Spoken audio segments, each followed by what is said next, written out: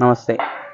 ഈ പലപ്പോഴും തോന്നിയിട്ടുള്ളത് ഈ കുട്ടികളുടെ അസസ്മെൻറ്റുകൾ ചെയ്യുമ്പം അതിപ്പം IQ അസസ്മെൻ്റ് ആയിക്കോട്ടെ, ഇസ ഇപ്പോൾ ഓട്ടിസവുമായിട്ട് ബന്ധപ്പെട്ടിട്ട് ഇസ സ്കോറിംഗ് ആയിക്കോട്ടെ, VSMS ആയിക്കോട്ടെ, റീൽസ് ആയിക്കോട്ടെ, ഇതിനകത്തൊക്കെ നമ്മൾ കൂടുതലും ഇൻട്രാക്ട് ചെയ്യുന്നത് പേരൻസുമായിട്ടാണ്.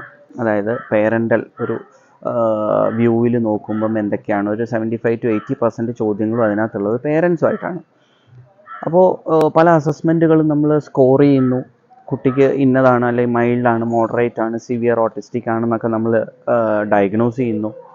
അത് ബേസ് ചെയ്തിട്ടാണ് സത്യത്തിൽ കുട്ടിക്ക് സെൻസറി ഇൻറ്റഗ്രേഷൻ വേണോ, ഒക്യുപ്പേഷണൽ തെറാപ്പി വേണോ, അതോ ബിഹേവിയർ തെറാപ്പി വേണോ, സ്പീച്ച് വേണോ, ഇത് ഏതൊക്കെ എത്രയൊക്കെ വേണം എന്നുള്ള പ്ലാനിങ്ങും ഇതിൻ്റെ പ്രോഗ്നോസിസും, അതായത് ആ കുട്ടിക്ക് ഉണ്ടാവേണ്ട മാറ്റം എന്ന് പറയുന്നതിൻ്റെ അടിസ്ഥാനം എന്ന് പറയുന്നത് ഈ അസസ്മെൻ്റ് ആണെന്നുള്ളതാണ്.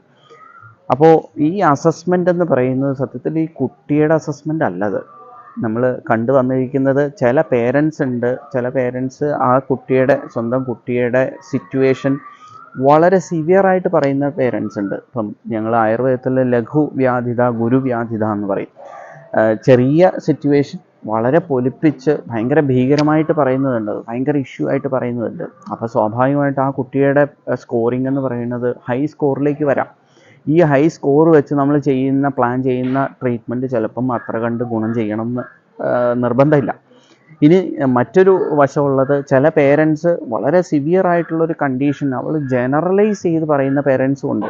അത്രയ്ക്കൊന്നും എൻ്റെ കുട്ടിക്ക് ഇല്ല, വലിയ പ്രശ്നങ്ങളൊന്നും ഇല്ല, ഡോക്ടർ വിചാരിക്കുന്ന പോലെയൊന്നും ഇല്ല, എല്ലാ കുട്ടികൾക്കും ഉള്ള പോലെ തന്നെയുള്ളൂ. അപ്പോൾ ഇത് ബേസ് ചെയ്തിട്ടാണ് നമ്മൾ അസസ് ചെയ്യുന്നതെങ്കിൽ വളരെ സിവിയർ ആയിട്ടുള്ള ഒരു കുട്ടിയുടെ കണ്ടീഷൻ നമ്മൾ വളരെ മൈൽഡ് സ്റ്റേജ് ആയിട്ട് കണക്കാക്കുകയും അതിനനുസരിച്ചിട്ടുള്ള തെറാപ്പി കൊടുക്കുകയും ചെയ്യും. അപ്പോൾ ഇവിടെയും വരുന്നത് എന്താണ്, ആ കുട്ടിക്ക് വേണ്ട തെറാപ്പി വേണ്ട സമയത്ത് കിട്ടാതെ വരുന്നു. ഇത് ഏജ് കൂടുന്തോറും വലിയ ബുദ്ധിമുട്ടിലേക്കാകും. അപ്പോൾ ഞാൻ പറഞ്ഞു വരുന്നത്, ഈ കുട്ടികളുടെ അസസ്മെൻറ്റിന് തുല്യമായിട്ട് തന്നെ പ്രാധാന്യമുള്ള ഒരു കാര്യമാണ് പേരൻ്റൽ അസസ്മെൻറ്റ്. ഒരു പേരൻറ്റിൻ്റെ മൈൻഡ് സെറ്റ് എന്താണ് എന്നുള്ളത് നമ്മൾ മനസ്സിലാക്കേണ്ടിയിരിക്കുന്നു. ആ പേരൻറ്റിൻ്റെ മൈൻഡ് സെറ്റ് മനസ്സിലാക്കിയതിന് ശേഷം മാത്രം വേണം നമുക്ക് ഈ കുട്ടിയുടെ ഇസ സ്കോർ ആയാലും VSMS ആയാലും ചെയ്യാനായിട്ട്. അപ്പോൾ ഉള്ളൊരു ഗുണം, ഈ അസസ് ചെയ്യുന്ന ആൾക്ക് വ്യക്തമായിട്ട് മനസ്സിലാവും ഈ പേരൻറ്റിൻ്റെ മൈൻഡ് സെറ്റ് എന്താണെന്നുള്ളത്. അപ്പോൾ അതനുസരിച്ചിട്ട് നമുക്ക് വേണമെങ്കിൽ കുറച്ച് തെറാപ്പികൾ കൊടുത്ത് കുട്ടിയെ കൊണ്ട് നേരിട്ട് കാര്യങ്ങൾ ചെയ്യിപ്പിച്ച് ഈ പ്രൊഫഷണലിന് കാര്യങ്ങൾ ഗ്രഹിക്കാൻ പറ്റും. ഇല്ലെങ്കിൽ സംഭവിക്കുന്നത്, ഈ പേരൻ്റ് എന്താണോ പറയണത് അതനുസരിച്ചിട്ട് ഈ അസസ്മെൻറ്റ് റിപ്പോർട്ട് മാറാൻ സാധ്യതയുണ്ട്. അതിപ്പോൾ നിങ്ങൾ ഏത് തെറാപ്പി സെൻറ്ററിൽ പോയാലും, ഞാൻ ഇതിന് മുന്നേയും പറഞ്ഞിട്ടുണ്ട് എങ്ങനെ തെറാപ്പി സെൻറ്റർ നമ്മൾ സെലക്ട് ചെയ്യണം എന്നുള്ളത്.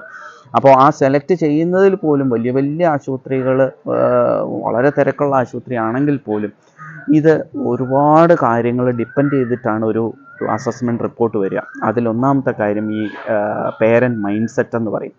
ഇത് എപ്പോഴും മനസ്സിൽ വെക്കുക. കഴിയുന്നതും പേരൻ്റൽ മൈൻഡ് സെറ്റും കൂടെ ഒന്ന് അസസ് ചെയ്തിട്ട്, അതിന് പറയുന്ന പേരാണ് multi disciplinary parent assessment scale എന്ന് പറയും. നമ്മൾ MDPS എന്ന് പറയുന്നതാണ്. ഇത് പേരൻറ്റുമായിട്ട് ബന്ധപ്പെട്ടിട്ട് നമ്മൾ ചെയ്യണം. അതുപോലെ തന്നെ ഞങ്ങൾ ആയുർവേദ രീതിയിൽ ഓരോ പേരൻറ്റിൻ്റെയും ശരീരഘടന, ഞങ്ങൾ ബോഡി കോൺസ്റ്റിറ്റ്യൂഷൻ, അത് ഏത് കോൺസ്റ്റിറ്റ്യൂഷനാണ് അതനുസരിച്ചിട്ട് അവരുടെ മൈൻഡ് സെറ്റപ്പ് ഉണ്ടാവും. ഇത് നമ്മളൊന്ന് മനസ്സിലാക്കിയതിന് ശേഷം മാത്രം മുന്നോട്ട് പോവുക. നമസ്തേ.